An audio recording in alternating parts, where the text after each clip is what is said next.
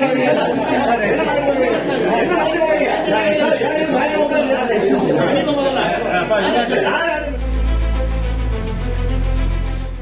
தமிழ்நாடு முழுவதும் ஒரே கட்டமாக நடந்த சட்டமன்ற தேர்தலில் நாமக்கல் மாவட்டம் திருச்செங்கோடு அருகே வாக்குப்பதிவு மையத்தில் பேரனோடுதான் வாக்களிப்பேன் என அடம்பிடித்த 88 வயது மூதாட்டி இறுதியில் வாக்கு செலுத்தாமல் திரும்பிய சம்பவம் பரபரப்பை ஏற்படுத்தியது.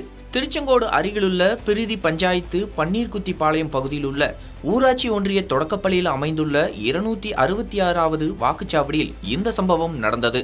பாவா என்ற 88 வயது மூதாட்டி தனது வாக்கை பதிவு செய்ய வாக்குச்சாவடிக்கு வந்தார். வாக்குப்பதிவு நடைமுறையின்படி அவருக்கு கையில் மை வைக்கப்பட்டு வாக்களிக்க தயாரானார். அப்போது தன்னை அழைத்து வந்த தனது பேரன் யுவராஜ் அருகில் இருந்ததால் அவரோடு மட்டும்தான் வாக்கு செலுத்துவேன் என பாட்டி வலியுறுத்தியதாக கூறப்படுகிறது. ஆனால் யுவராஜ் அதிமுக கட்சியின் ஏஜென்ட்டாக இருந்ததால் விதிமுறைகளின்படி அவருடன் வாக்களிக்க அனுமதி இல்லை என திமுக ஏஜென்ட்டுகளும் வாக்குப்பதிவு அதிகாரிகளும் தெரிவித்தனர். இதனால் வாக்குச்சாவடியில் 1 மணி நேரத்திற்கு மேலாக பரபரப்பு நிலவியது.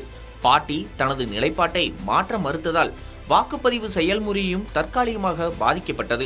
இந்த தகவல் அறிந்த காவல்துறையினர் சம்பவ இடத்திற்கு வந்து பாதுகாப்பு ஏற்பாடுகளை பலப்படுத்தினர். மௌசி காவல் ஆய்வாளர் முரளி தலைமையில் பல போலீசார் குவிக்கப்பட்டனர். பின்னர் உறவினர்களின் அனுமதியுடன் வேறு ஒருவரை அழைத்து சென்று வாக்களிக்குமாறு அதிகாரிகள் மற்றும் போலீசார் பேச்சுவார்த்தை நடத்தினர். மேலும் அதிமுக வேட்பாளர் SRMD சந்திரசேகர் நேரில் வந்து பாட்டியிடம் விளக்கமளித்தார். இருப்பினும் தன் பேரன் யுவராஜுடன் மட்டுமே வாக்களிப்பேன் என பாட்டி உறுதியாக கூறி தர்ணாவில் ஈடுபட்டார்.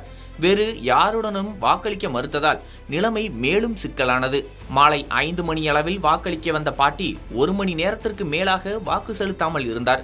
இறுதியில் மாலை 6 மணி ஆனதும் விதிமுறைகளின்படி அவரது வாக்குப்பதிவு ரத்து செய்யப்பட்டு வாக்குச்சாவடி பணிகள் நிறைவு செய்யப்பட்டன.